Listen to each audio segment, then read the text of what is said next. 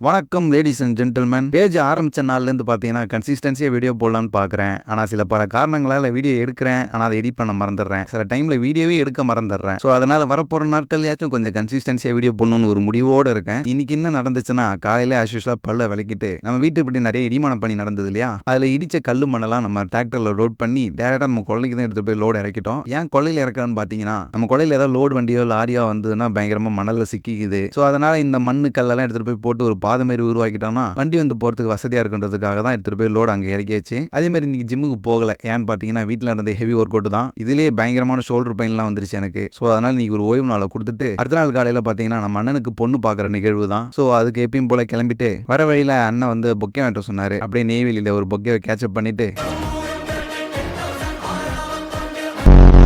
கரெக்டான டைமுக்கு எடுத்துட்டு போய் ஹேண்ட் ஓவர் பண்ணியாச்சு. அதுக்கப்புறம் பொண்ணு பார்க்குற நிகழ்வுகள் என்னென்ன நடக்குமோ அதெல்லாம் நடந்த பிறகு டேரெக்டாக அங்கேருந்து வீட்டுக்கு கிளம்பிட்டோம். ஸோ இப்படி தான் எனக்கு இந்த 2 நாள் ஓடிச்சு. ஸோ வரப்போகிற நாட்களில் நான் ஏற்கனவே சொன்ன மாதிரி தரமான சம்பவங்கள்லாம் வெயிட்டிங்கில் இருக்கு கணங்களா. அதனால் wait and watch. Until then.